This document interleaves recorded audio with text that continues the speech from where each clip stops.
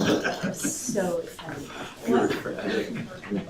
Camouflage. Exactly. Pick the words that get you to where you want. That's a good way to keep people like Maybe I'm gonna do my top button. Uh-oh.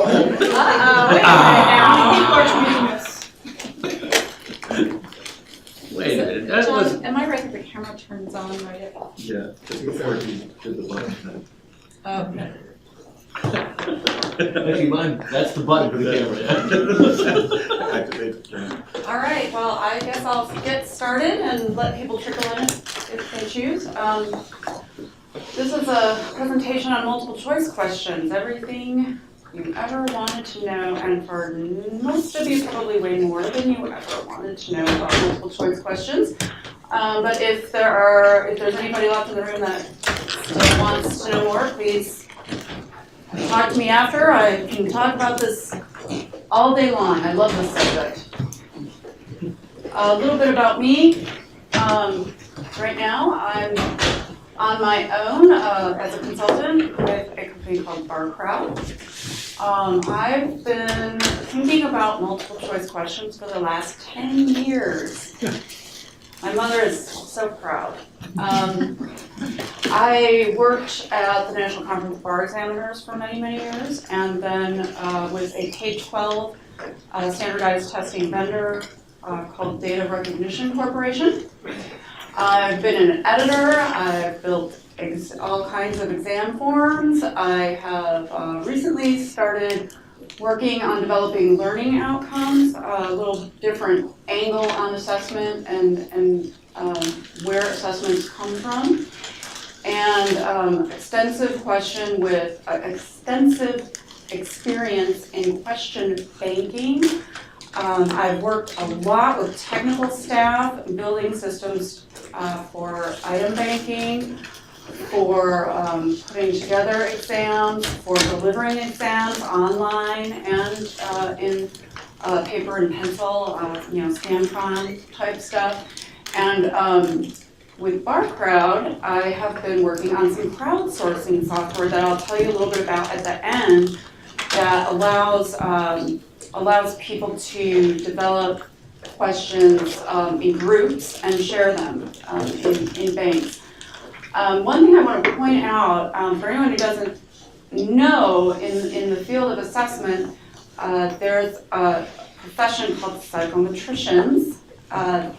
I have worked extensively with psychometricians. I am not a psychometrician, so if you're here for the equation for equating an exam, I can't tell you. And I'm also not an IT person. I'm kind of like the family therapist between the substantive experts. I've worked with probably 70 law faculty expert practitioners in the US and abroad, between substantive experts and technical people, both psychometricians and IT. So that's where I come from. Before we get down into the weeds, and I promise you we will get down into the weeds on multiple choice, I wanted to try to connect this at a big picture level to the Cali theme for the year, the next wave. And the next wave in law school computing, well, first of all, I think the next wave in computing is already here. I think if you think outside of law schools, everybody can recognize that this is already happening. This is a quote from Joel Sapolsky, a technical writer. As soon as the internet happened, software stopped being solely about computer to human interaction and started being about human to human interaction. In the age of social software, design decisions must be taken to make social groups survive and thrive. So we all see that, I'm sure, in social media. In assessment, the next wave is also here, and this is something that is really everywhere in K-12, formative assessment, right? And again, this might be a little bit slower coming to law schools. Formative assessment produces significant and often substantial learning gains. However, such gains require significant changes in classroom practice. Students have to be actively involved Assessment results have to be used to adjust teaching and learning, and careful attention has to be paid to the benefits of engaging pupils in peer and self-assessment. And this is really a seminal book dating back to 1998 that put together all kinds of previous research on formative assessment. And when they say significant and often substantial learning gains, they mean across all students, but most especially at the lower levels of learning and achievement. So, and this is why it's so incredibly important to K-12 right now, is because it's, formative assessment is being used to attempt to close that achievement gap. So everyone's learning more if you do formative assessment correctly, but you're also giving a boost to the folks at the bottom. So a couple just principles that I've gleaned from those two quotes, which I would suggest are next wave principles for computer-assisted legal assessment, also known as CALOP. First, use software to facilitate human-to-human interaction. Second, ensure that students own their own study, including peer and self-assessment. And third, create authentic feedback loops. So in my proposal for this session, I said I would answer 3 basic questions. The first one, why do so many people hate multiple choice questions, and why are they used on nearly every high-stakes standardized test? The answer to that lies in these twin goals of anyone working in assessment. The 2 biggest considerations when you're putting together a test, and many of you probably know this, validity and reliability. So validity is the extent to which you're actually testing what you intend to test. So you can imagine a really embarrassing example where you blow it is if you accidentally gave your torts class a real property final exam. That would, when you use those scores derived from that exam to grade people in torts, that's not a very valid use of those scores, right? Reliability, on the other hand, refers to the consistency of your scores.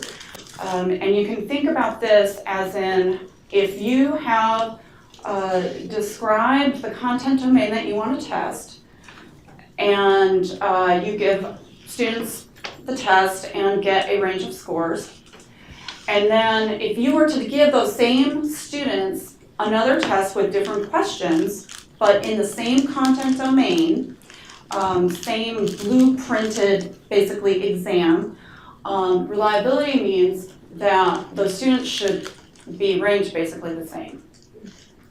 So it's the consistency of your scores across different forms of an exam in the same content domain and across groups of similar ability.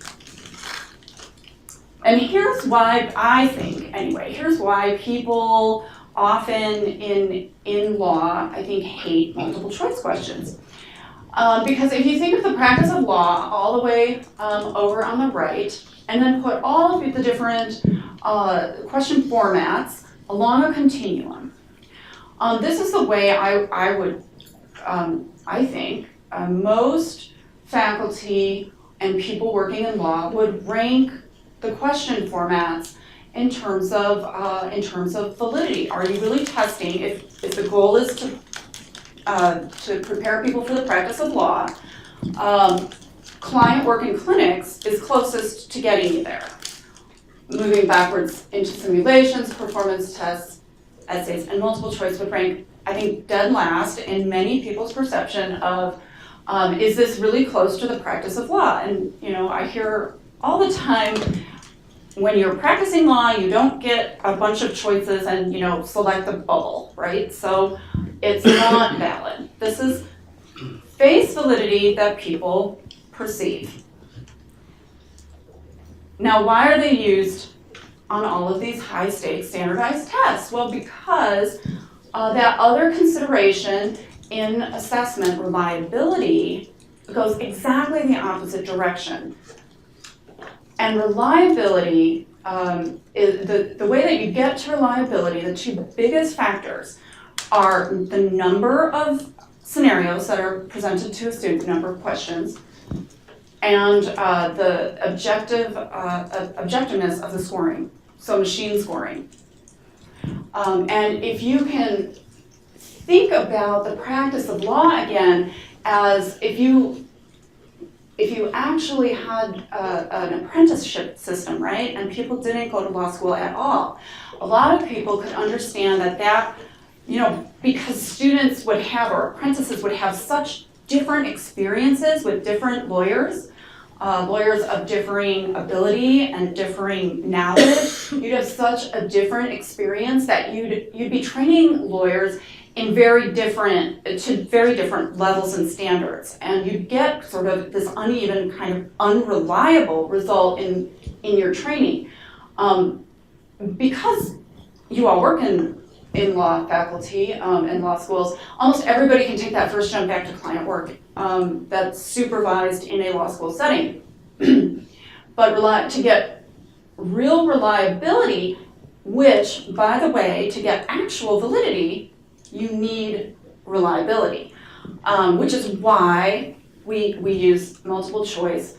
Pretty much every standardized test that has any kind of high stakes that I know of, with the notable exception of any law school first year final exams, which are pretty high stakes. So the relatively high reliability of scores make multiple choice questions the anchor of just about all high stakes tests. Now, what I'm really excited about is formative assessment, and so I want to point out that because multiple choice questions are so easy to score, this also makes them a practical choice for formative use, and I think that's why there's maybe a little bit more buzz about multiple choice now among law faculty, because people are starting to get interested in formative assessment, and of course, you don't want to grade essays every week, right? So just to make sure we're all on the same page, formative versus summative, what's the difference? It just matters how you're using the scores. If you're using the scores to grade, rank, or to determine eligibility for some kind of pursuit, that would be a summative assessment. If you're using the assessment for feedback or to advance learning to get some kind of feedback on the curriculum, formative. Okay, so the second question that I said I would discuss is, given the need for more regular feedback loops in legal education, what kinds of question formats work best for assessing student proficiency with different learning outcomes at different points during a semester? So first of all, what are learning outcomes? What you want your students to know and be able to do at the end of your course or program. And I just threw together some kind of generic, basic learning outcomes. For a real course, you're probably going to have 20 to 40 of these. These are, often we think of learning outcomes on several levels. There would be some really general learning outcomes, and then building down to more specific learning outcomes. And these would be a little bit more on the specific side, though you would certainly customize these for a particular course. And this would be a core doctrinal course. So you can imagine some of your outcomes would be you want students to know the elements, legal elements or tests that you're teaching, the elements of prima facie elements of whatever torts you're teaching, for instance, be able to apply those elements or tests in a variety of different scenarios, identify issues that will be dispositive in fact scenarios, assess the strength of competing arguments. You get the idea. So all of those kinds of learning outcomes is what we, in a general sense, would consider cognitive skill, something that you're processing in your brain. And all of those lend themselves very well to multiple choice. When you get down into what we think of as a complex ability, so communicating, writing, presenting, creating, performing. That's when you are taking some cognitive skills that you've learned in the class, but you're really combining those, if you think about it, with other skills and experiences that you've learned over the course of years. So you've got vocabulary and writing skills that date back to Mrs. Hickenlooper in 3rd grade or whatever. And students come to you with different degrees of ability in these complex areas. And that's where you probably want to avoid multiple choice, honestly. I mean, come on, you can test certain aspects of those abilities. I've seen, and if there are people who are really interested in potentially using some multiple choice in legal writing, for instance, there are K-12 standardized tests that do some pretty unique things to kind of get around. So you can use editing skill is kind of a nice one to do with multiple choice. And you can often do kind of fill in the blank, what would be the best issue statement to put here with this paragraph of legal analysis. But generally speaking, if you want students to be able to write something at the end of your course, you're probably going to make them write something and not use multiple choice. We're not going to talk about those kinds of learning outcomes. We're just talking about the ones because this presentation is about multiple choice, right? So even among the learning outcomes that lend themselves to multiple choice, they're not all created equal, right? They sort of build on each other. And some of them, there's going to be some basic levels of knowledge that you want students to just know. If they take this course, they should just know this stuff cold. And then there's going to be some legal reasoning. And if you're dealing with first-year students, this is going to, emerge slowly. With second, third-year students, you probably already have some kind of basic legal reasoning skill that you're dealing with. And then you're going to move into some kind of simple application, advanced application. These are just some sample learning outcomes that, for the sake of this discussion, I came up with. But you will have some kind of progression when you put together learning outcomes, and that all kind of lead to that more general level learning outcome. So here, to have proficient understanding of battery, if that's one of your general goals for your class, you'd have some knowledge, the elements of battery, plus all of your issue spotting, inference, analogy, kinds of reasoning, and then again, simple leading up to more advanced application skills. So, what kinds of questions do we use at different levels? Here's a sample question testing knowledge, right? These are easy to write. Well, you want people to know the prima facie elements of battery? Ask them, what are the prima facie elements of battery? I mean, you can do that. I don't recommend this be done a lot, however, because this is really just recall. This is memory, right? So you are asking people to basically pull out of their brains something that they read in a book, and they could easily, this is something that you could easily Google. It's something that may be appropriate early on in the semester. I've read some psychometricians that like to build confidence early on, and those stuff like that. So these are going to be probably pretty easy. Again, at the graduate level with adult learners, I think you can generally skip those.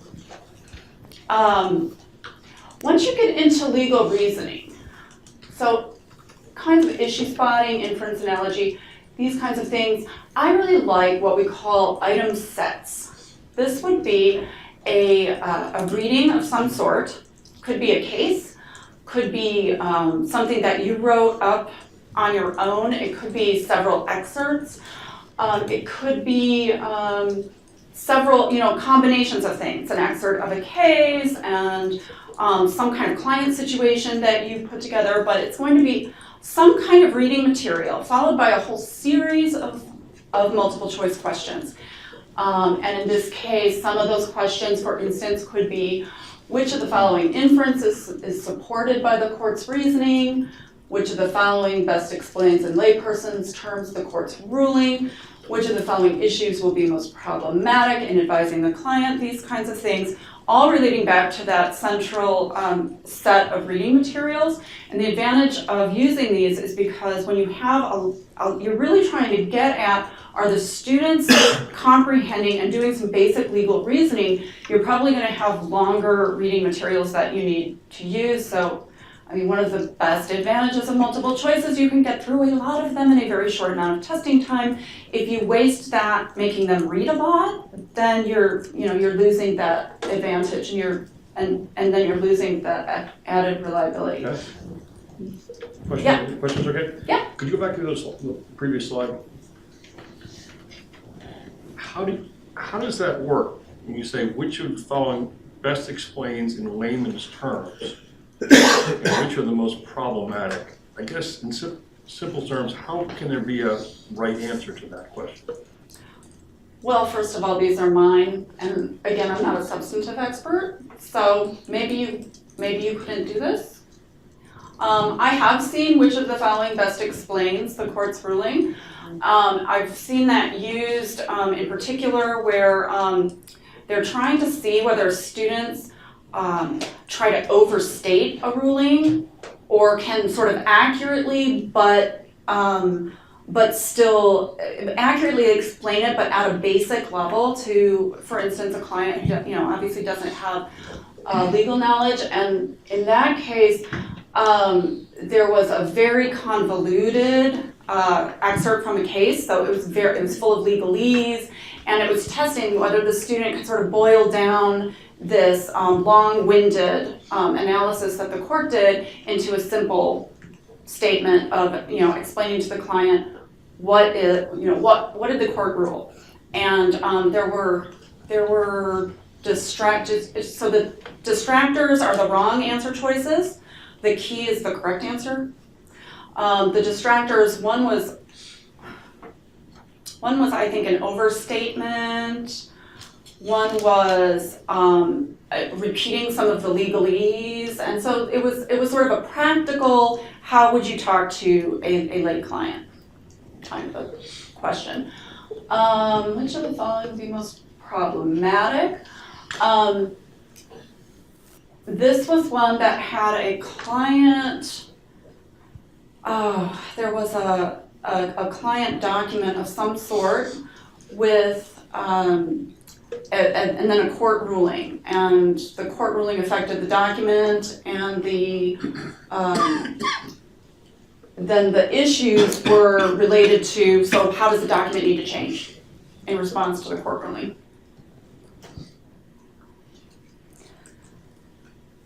This is what we call a standard A type question, and you don't need to read it. It's just based on the Hairy Hand case. But just a fact pattern with a question or a prompt, and then 4 different answer choices. You can do any number of answer choices, generally 3 or more. And I like to say that, for all law professors don't use these things, I swear you all secretly love them because they really flow from Socratic dialogue. I believe. You can imagine, the professor asking a student, what are the facts of this case? What is the issue before the court? Right, that flows into what the question is. What was the court's ruling? How did this differ from the damages awarded at trial? What would the plaintiff have recovered had he brought a cause of action in tort? And then sort of a policy argument. How do you think this really affects the practice of surgery, right? So if you're looking for inspiration, those kinds of dialogues that you're having with your students, I think, lend themselves very well to the multiple choice format. In that standard A kind of format, where you've got your facts, your prompt, and then a whole list of options. This is another way to do application. For each of the following scenarios, select the objection most likely to be sustained. This is an R-type item, and this will be followed by a whole set of short fact patterns. So all of these questions it'll be a series of questions, and they all share the same prompt and list of options. And the option list doesn't have to be really long. It could be, strict scrutiny, intermediate scrutiny, rational basis, or whatever. It could just be 3 options. But then you follow it with a whole bunch of questions that give a different fact pattern and a different correct choice from that list. This is a really good way to write questions quickly, by the way, because once you have that option list and the basic prompt, then all you have to do is write a series of fact patterns. So the question was, what kinds of formats would you use at what points in the semester to test different learning outcomes? This is just a sample assessment plan using quizzes, 7 quizzes in multiple choice during the course of the exam. You might begin with some knowledge and recall questions and maybe a legal reasoning item set to see how students are coming along with their beginning emerging understanding. The next couple of quizzes are going to start getting into some of that application with the A types and R types using fact patterns. Midterm, that's where you're probably going to throw in an essay or other complex ability type assessment to supplement multiple choice and so forth. And again, a lot of this depends on what are your goals for the class. I'm just curious what you meant by remote application there. So when I think of familiar versus remote application, a familiar application would be something very similar to something that you've read or discussed in class. So maybe you're changing a few things out and seeing if students are still coming out with the right answer. Or potentially you're changing the one key thing that makes the opposite rule apply, right? But you're working with things that you've definitely talked about in class, and they're really mirroring what you've done. And then a more remote application would be, you all know a lot more case law, right? So how does this apply to something that's much different maybe than what we talked about in class? And that is going to be something that you likely don't want to start out your semester doing right away, right? I mean, they're just not ready for it. Okay, so the last question, what are the best practices for writing high-quality multiple choice questions? A lot of what I'll be talking about is stuff that I've learned from psychometricians who have researched this stuff and who publish prolifically. If you choose to find these things, they're not widely read, just like a lot of law professors. Publishing is probably, but a couple of things though are more sort of practical issues that just if you're starting to build a larger question bank, you have some issues that you don't have when you're using only 2, 3, 4 essay questions at the end of a semester. So I'll kind of point out where something is more of a practical issue. At the highest level though, what you want to do when you write questions is test something important that a new attorney needs to know. And to do so in the most straightforward way that will save you as much time as possible so that you get more and more and more of those scenarios in front of the students. That's what is giving you the reliability. Within multiple choice, there are 2 kind of big, broad families. One would be one best answer, and that's what most of you are probably most familiar with in multiple choice. But these are trickier than you might think to differentiate between. The way that you decide what is a one best answer question is that students are instructed to choose the best alternative within the list of options. And you should give that instruction. In the true-false family, students are just told to verify the accuracy of every single response. And they're not told if one is correct, two of these are correct, 4 of them are correct. There's no direction as to how many are true to the student. And here's where they start getting tricky.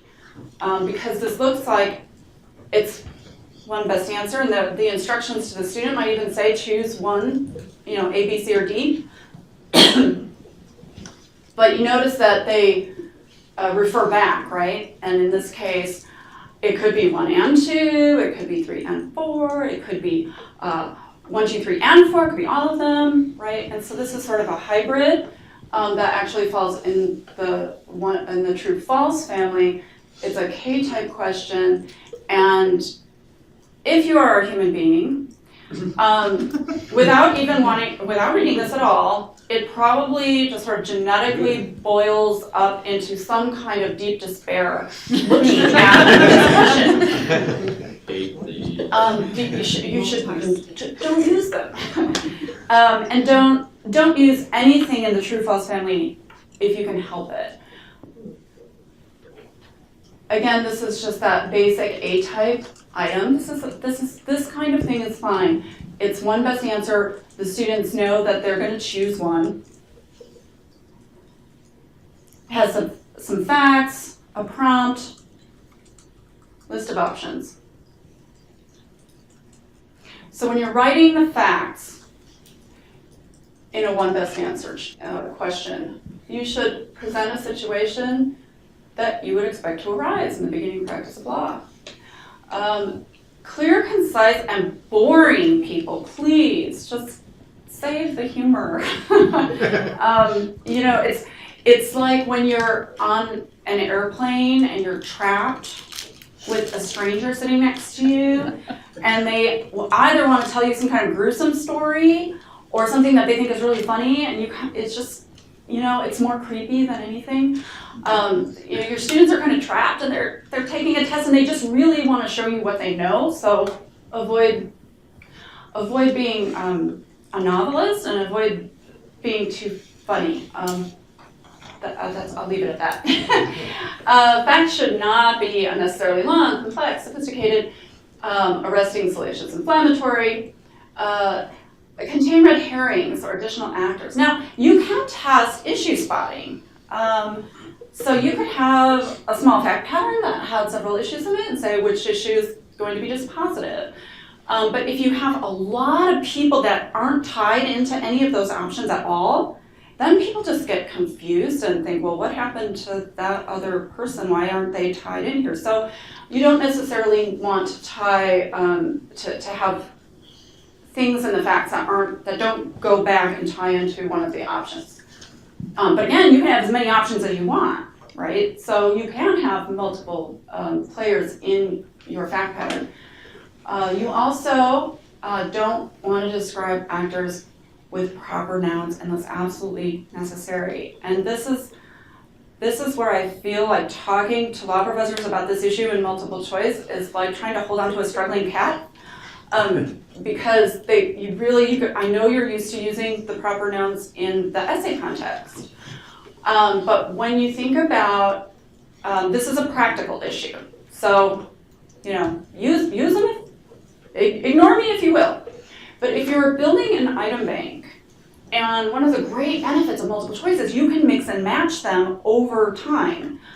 And you find later that you used Beth to be the plaintiff in question 1, and then now you pulled out question 2 and Beth is the defendant, and question 3 Beth is the plaintiff again.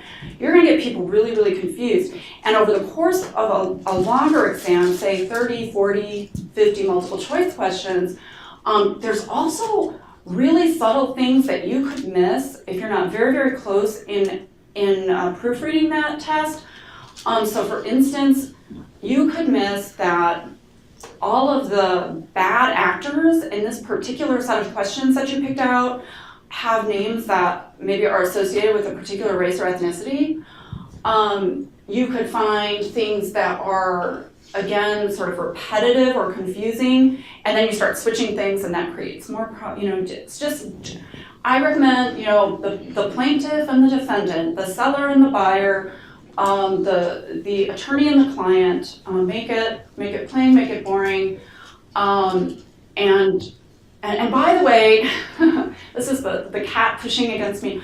Don't, not alpha, beta, and what is it, Abel, Baker and Carr, right? They're at the last stand at the Blackacre Estate, and you start getting into kind of caveman language too.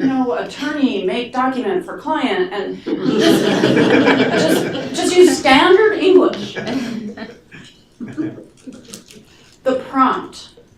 The prompt should generally be presented as a focused question with a question mark and be directly tied to a learning outcome. And again, this stuff is kind of more of a practical piece of advice. You've probably seen prompts that say something like, the court should, : and then A, B, C, D are sort of fill in the blank of that sentence. That's really hard later, just as a practical matter. When you're building a question bank, you're probably going to start relying on people that are not just the faculty to manage that bank. And it's much easier to make sure that all your questions are tagged to those learning outcomes and that you're getting the data, the good data that you want. If somebody doesn't have to be a legal expert to hunt down what learning outcome should I tie this to. So for instance, if you have a learning outcome is you want your students to be able to apply the prima facie elements of battery to various fact scenarios, and it's very easy for somebody who's not even a lawyer to tag that to a question with the prompt, does the plaintiff have a prima facie case of battery, right? I mean, so you can rely much more on people to help you manage that question bank if everything is, and in fact, I tell people write the prompt first. Start with your learning outcome and write your prompts directly to flow right into that learning outcome. And the prompt should also be answerable in short answer format. So if you cover up the options completely, somebody should be able to answer the question if they have knowledge of the law in that area. And generally, don't frame the prompt in a negative unless your answers are really, really short, just to avoid confusion, right? Because we all know, God forbid some of your options also have negatives in them, and so what should the court not do, and then something else not. So generally avoid negative framing. When you're drafting the options should be, of course, directly responsive to the prompt. And also generally similarly constructed. And if there's a logical progression, that's fine. So for instance, if you're asking about damages and one is no damages and one is $10,000 and one is $10,000 plus damages for pain and suffering or whatever, that's fine, that's clear, and there's a logical progression, so it doesn't matter if there's a mix of simple and compound. But in other cases, when you have simple and compound, you can easily get into cueing the student to the correct answer because the most complete answer is usually right. The options should not overlap or contain cues, and should not contain new facts or conditions that qualify the response. And the classic example there is the defendant guilty? Yes, if something else is true that I didn't tell you before, and I don't know if it pertains to any of these other options. And that gets really dicey really fast. So when I talk through a lot of best practices in drafting, I often am asked, well, okay, so you've worked in standardized testing for a long time, so there are all these rules, but all I want to do is do some quizzes for my students. So I don't think I have to follow all these rules. And I always think, well, I don't think there is a difference between formative and summative testing when it comes to the quality of the questions. I don't think there should be. You can imagine differences in security when you're administering the exam or when you're maintaining your questions. There's certainly more questions involved in a summative test and in an item bank that's used for summative testing. And you have issues related to test forms and comparability of test forms and whatnot when you're dealing with a summative exam. But again, I don't think question quality should be any different, because if you're using poor quality questions, you may not be giving valid feedback to your students, and then what's the point? You're going through a lot of time and effort to potentially lead them down the wrong path and tell them they have weaknesses that they don't really have, or that they have strengths that they don't really have. And the smaller number of questions, I think, makes it even more important that the questions be really high quality. So what are the benefits of writing some multiple choice questions, doing regular testing, having sort of regular quizzes in this sort of formative assessment plan?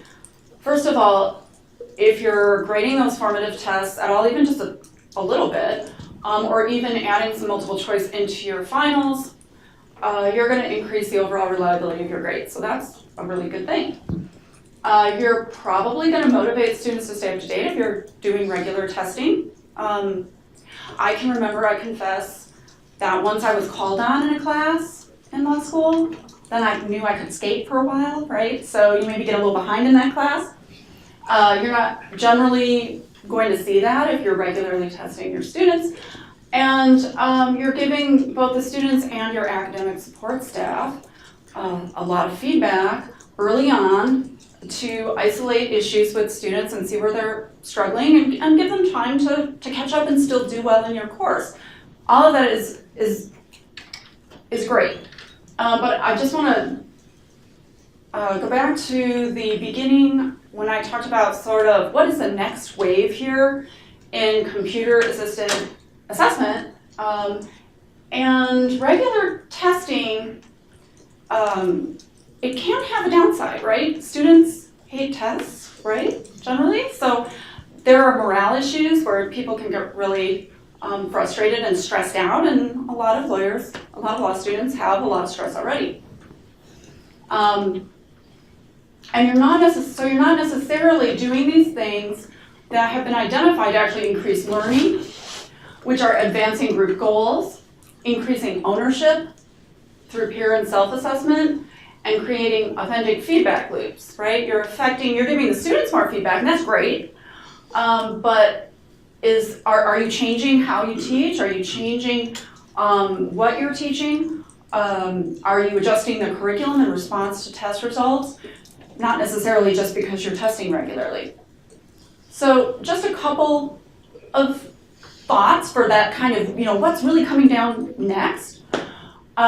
These are my considerations that I would suggest people think about and maybe talk about, but maybe you have others, and I'd love to hear your ideas. So first of all, collaborative software. Try developing shared item banks with, professors can work with other professors in their field. Professors can work with practitioners in their field, right? I mean, how cool would that be in validity, right? You have real practitioners in the field reviewing the questions you're writing to give you feedback on, does this really happen in practice? Is this something that you deal with? Student ownership. Let students write some questions.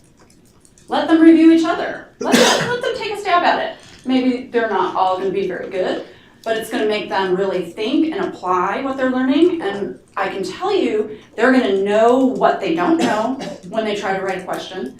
They're going to potentially come to you with that knowledge and get a little more self-awareness and a little bit more ownership of what they know and don't know. And then authentic feedback loops. Trying to adjust your class time. Slow down if you need to, speed up if everybody's got it. You can certainly field test questions with groups of students. That's just sort of like practicing your questions to see if they're working. Throw out questions if they're not working. Allow students to move at their own pace if that is at all possible. And as more courses go to sort of blended and online learning, that becomes potentially something that is more realistic. So I'm going to leave you with a quote, and don't ask me too much about this because I don't know economics that well, and I just bought this book and I haven't finished. So, but I think this is kind of exciting and cool stuff. This is from Jeremy Rifkin's brand new book, The Zero Marginal Cost Society. The plummeting of marginal costs is spawning a hybrid economy with far-reaching implications for society. Students are enrolling in free massive open online courses that operate at near zero marginal cost. The new prosumers are increasingly banding together in lateral networks, producing and sharing information goods, renewable energy, 3D printed products, and an array of services on the global collaborative commons. So what does that mean for multiple choice? Well, I think multiple choice questions are actually really well poised to be important in education as we move into if it happens and the classrooms that we have always known start disappearing.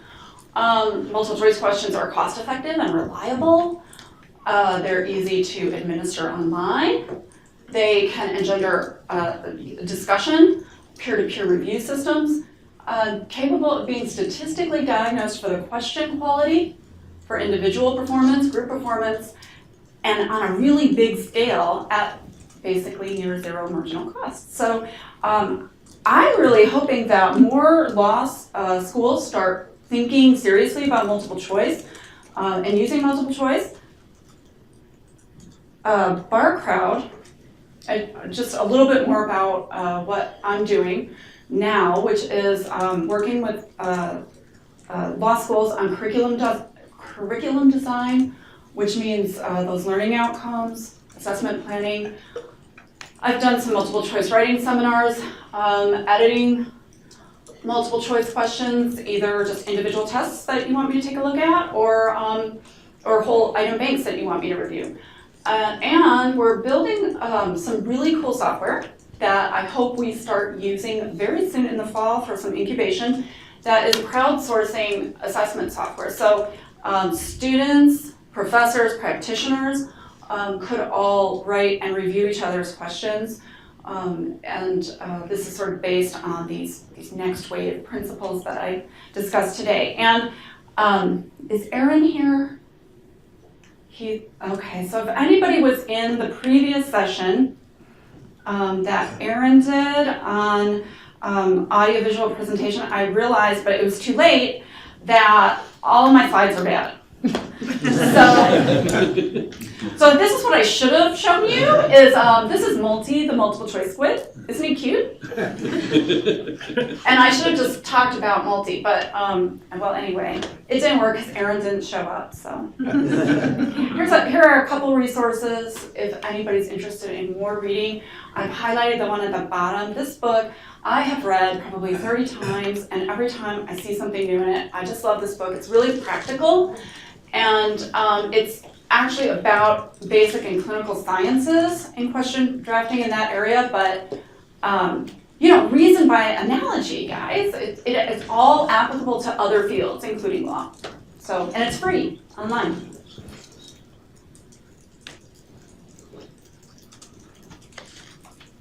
Questions?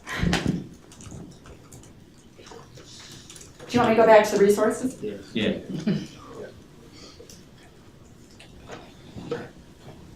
I see your hand up, Scott.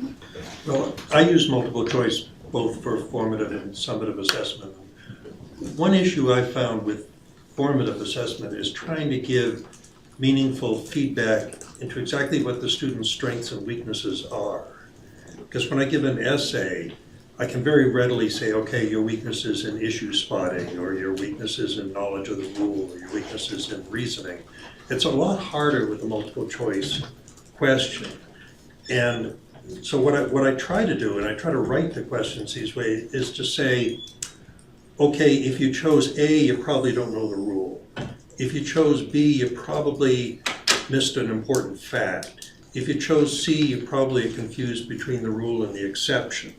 And so that way I can give the students more feedback into exactly what they're doing wrong so that they can then adjust their learning in order to get it better the next time?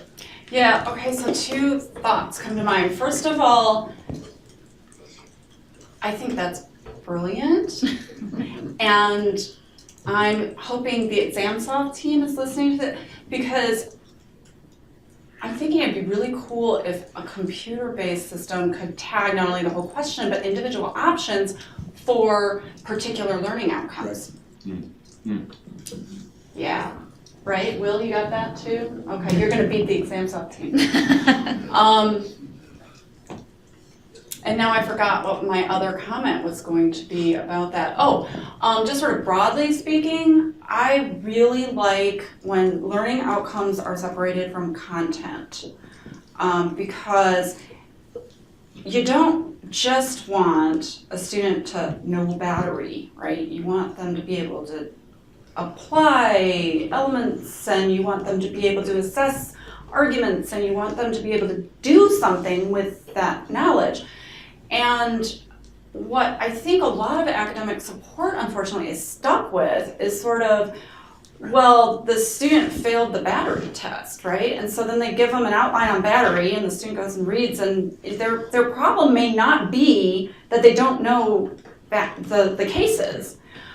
So trying to separate out where are you going wrong? What are you having problems with analogy? Are you having problems with issue spotting? And then finally, I guess I would also say, talking through the questions after the test, that's why that's so important, is ask students, okay, who picked B? Come on, fess up, tell me why you picked B. Talk to students about your questions and get their feedback. And, sometimes you might find out that also that they spotted something in your question that you didn't know was there, or you didn't see, and not that you would ever do that, Scott. But you might find that actually, wow, you see something here that I didn't intend. So, yeah. Beth, you provided some assurance, I think, that multiple choice questions would be appropriate for advanced application of knowledge and reasoning to remote complex scenarios. And I want to press you on that for either a source or an experiment or some kind of a justification. The bar exam? Yeah. I mean, that's really, the MBE is all, fact scenarios, just as I showed you. So those are generally type A's, although I've been gone for a while, I think that's still entirely true. And, when students are taking the exam, other than a few sample questions that will never be reused, those are all brand new fact patterns, as though a client is walking in their office and telling a story. And there's no indication that it's even real property, right? Versus contracts, versus whatever. It's just a story, and you have to apply what you know to analyze that. Now, is it getting at some of that more creative and thinking, and how do you formulate the argument? No, because the responses are there given to you, but you actually have to analyze that fact pattern and know what issues are there and how they apply.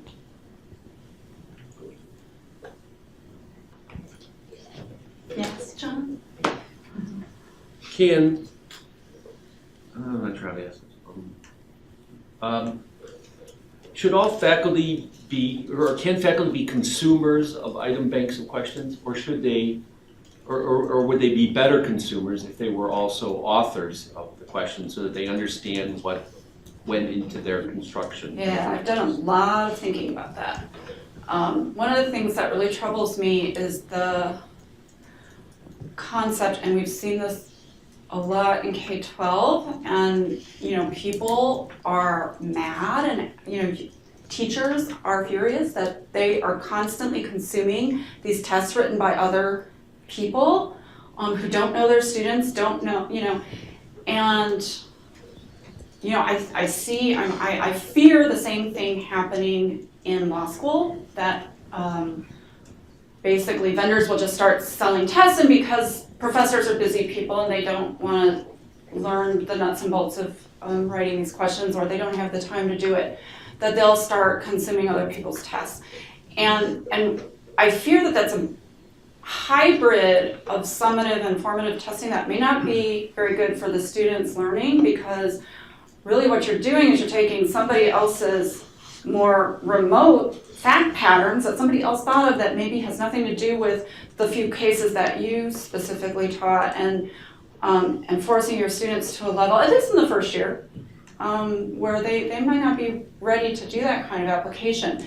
Now, but what I am very excited about is I think there's lots of room for, if you have a shared question bank, being able to search through that bank, say, okay, I just did this unit on battery, I'm gonna look at the 50 questions that other people have written on battery, and then I'm gonna take the 10 or 15 that I like the most, or 20, and then I'm gonna edit a couple of these distractors in the way that I want it, because this isn't really applicable to how I taught that case, or whatever.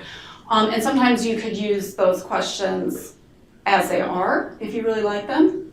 And sometimes you can modify them to more appropriately address the level that you see your students at. With the psychometric proviso that, of course, if those questions were provided to you with good statistics and then you start mucking it up, then you may have just ruined the question. So you gotta probably know what you're doing. But I really like to keep the teacher involved. I mean, that's sort of what I'm doing. I left K-12, and amid this era of more and more standardized testing, and all of those standardized tests are being developed by external entities, mostly for profit. And so what I'd really like is a group like Callie to build something that people can really share, and all of you get better questions by having all those extra sets of eyes looking at your questions. But you still get the power to choose the questions that are appropriate to your students, and even modify them. So. Beth, could you just go through the elements? You mentioned distractors, the various. Yeah, so. Blocking and tackling. Use multi. Oh, I could use multi. No, I can't use multi. Multi doesn't have distractors yet. Multi just has options. That's the ink. But he's got the key. The key is A. We'll have plushes next year. Let me go back to that basic A-type question. So there's a whole ton of terminology, and it differs depending on the testing group. So you can get yourself really tangled up really fast. The facts, I call them the facts. Others sometimes call them the stem, the vignette, the passage. The prompt is the question, call of the question, sometimes called the stem. Oh, wait a minute, because some people call the facts the stem, some people call the prompt the stem, so you gotta know which testing agency you're talking to. The options, also sometimes called responses, choices, but the correct answer is always called the key. And the incorrect answers are always called the distractors, except at one company that calls everything distractors because some IT guy got confused. And so forever now, it's written into the code, so we can't change it. Anyway, so the wrong choices are supposed to distract the student from the key. Are there different subspecies of distractors?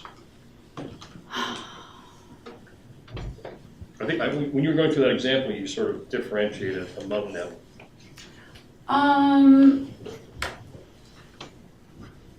No. Maybe this is sort of what you're talking about. No. It was that you said like one was like D was like a policy thing or something, and. Yeah. So where do you get your ideas for your options, right? And I was just suggesting that. When you think about Socratic dialogue, often the key is going to be what the court ruled in the case that you just gave your students, And then your options, there's probably one that comes from the dissent. There's probably one that comes from maybe the lower court ruling if if it's different. Some policy that you've discussed with your students in class, whatever you would normally kind of challenge your students on. Well, why did the court rule this way? The questions that you